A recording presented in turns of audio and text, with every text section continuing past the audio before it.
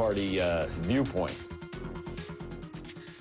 Let's get straight to our own Kate Baldwin. She's got an excellent panel with her, Kate. That is correct, as they're always excellent whenever I'm around, if I do say so myself. Just kidding, everybody. So the question today is, can Washington work together to fix the debt crisis? As we know, that is generally an unanswerable question when we're looking at Washington working at all, but we're going to attempt to answer this today. So you heard in the snapshot, Ross, the president has reached out to Republican leaders. We've heard speeches from Harry Reid as well as John Boehner. Everyone's talking about and describing it as congenial, conciliatory. What do you make of it? Well, I mean, I think the big thing that changed is that the president won re-election, right? So his leverage over this process is much, I can throw on some more mutches if you want, larger than it was during the last time we had these kind of negotiations. So on the one hand, that in a sense makes it more likely that you get a deal done. On the other hand, if I'm sitting in the White House right now, I'm thinking, well, we should start where we were the last time we had these kind of negotiations and add on an I won the election and, you know, and if I do nothing, taxes will go up bonus, right? I mean, I think the White House, there's a delicate balance the White House has to strike here between sort of leveraging their increased leverage and obviously still getting the kind of deal that would prevent, you know, the looming apocalypse that will be upon us otherwise. I think two things happened. One is the president got reelected, and two is we Republicans got beat.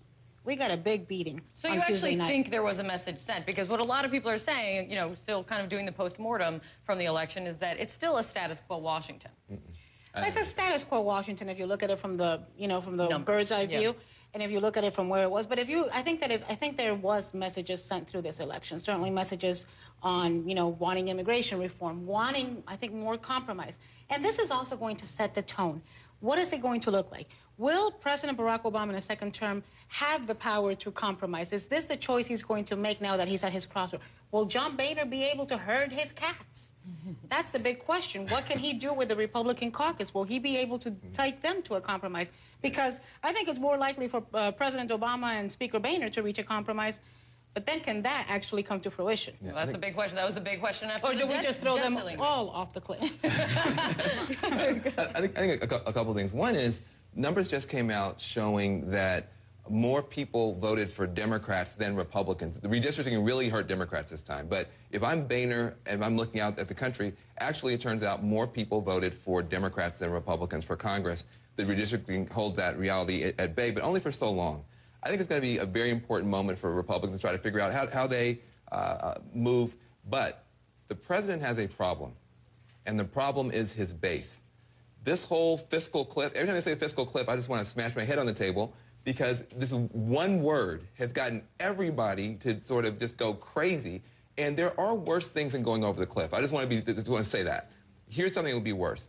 A 10-to-1 deal, 10-to-1 cuts versus $1 of revenue. There are worse deals out there for the American people where you devastate Medicare, you devastate Social Security, you devastate Medicaid in order to get $1 of tax increase. We don't want that. So the liberal base is now very concerned that we're going to get a bad deal, not a grand bargain, but a grand swindle. So the president has to both deal with his base and deal with the Republicans. But voters show, polls, one thing that polls are very clear about is that people want action. They want the president to come to the table. They want Congress to come to the table. And even a majority of Republicans in a poll taken National Journal just a couple weeks before the election, a majority of Republicans, about 2/3 of Americans overall, said, we want everyone to come together.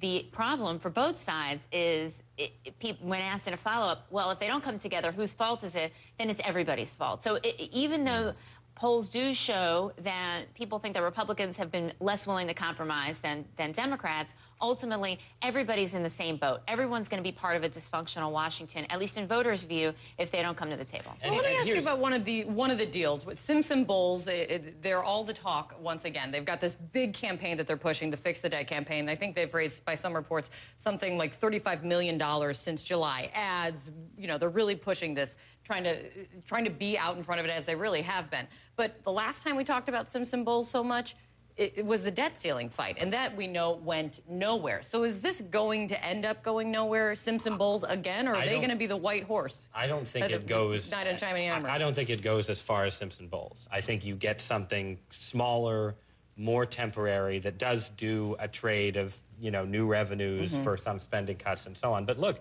the thing with Simpson-Bowles, the reason that everybody liked to talk about it, in newspaper columns and on shows like these, but Republicans didn't like Simpson-Bowles because it raised taxes well above the deal Obama and Boehner were working on. Democrats, I'm sure Van has some choice words for what Simpson-Bowles did with Social Security. Right. Flush it down the toilet bowl. The other thing with Simpson-Bowles is that it actually doesn't reform Medicare. So you're doing all of these things, paying this huge political price, but Simpson-Bowles basically has an asterisk next to Medicare where it says, well, we'll hold Medicare spending to this without changing the structure of the program in any way.